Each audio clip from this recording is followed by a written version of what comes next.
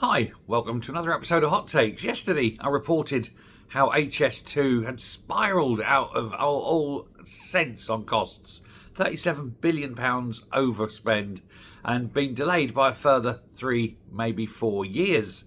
It's now looking like the plug is going to be pulled, and not before time. All that money spent to do what, 20 minutes? Who knows? However, there's been a fraud inquiry launched. They're saying there's no way it should have overrun in the real world, and a fraud inquiry has been launched into the entire process. Well, I'd have said from day one that this was open so much fraud that it would be unbelievable. It's a complete litany of failure. Money must have disappeared at every single stage. Every company involved in this process has made an awful lot of money, and not all of it, I think, legitimately. There's companies that make the concrete plants that litter the entire route. They have been charging an arm and a leg, for example. They can probably justify it, but, this is just an example. Nobody's costing it. Nobody's controlling it. If this was a private building company who was tasked with it, let me tell you, they'd know where every brass farthing was spent.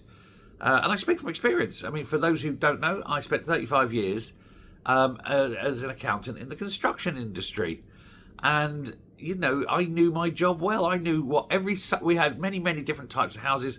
I could tell you almost to the penny how much each house would expect to cost to build, because we had the pricing and the costing down. We knew what the materials were. We knew the process and everything. We were going in. We knew exactly what we were going to make. We knew what the cost of the land was. We knew what our profit margins were. We knew how we were going to hide profit for reduction of tax legitimately, not evasion, avoidance, perfectly fine. We did all sorts of things. But it was because we were good and we had control. This government, and not just this government, the previous government as well, lost all semblance of control. There was no overarching authority. There was no one to whom the buck stopped. There was no one signing off on stuff. There was no one checking that you were getting value for money. So, of course, it was open for fraud.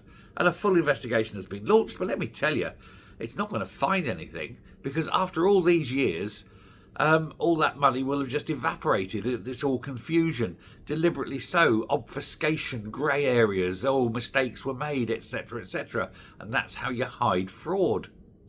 Ask any accountant who's going in to do an audit of a company. If you start seeing chaos and disorder, someone's on the take. Simple, isn't it? I'm not going to use the word embezzlement in this case. I'm going to go straight out thievery. But it's there. If fraud is proven, what are the consequences? Who's responsible? Is it the government minister? Ultimately, yes, but she's not likely to lose her job, is she? Heidi, she's the one that was just being replaced from the last transport minister, who was useless as well. That's the trouble. None of these people have a clue. I mean, she's no accountant, is she? You couldn't present her with a list of forensic accountant investigations and say, well, look, what do you think? She'd go, yes. What does it all mean? And then have to be taken through it in a Janet and John way, But that's where we go. Stop hiring idiots.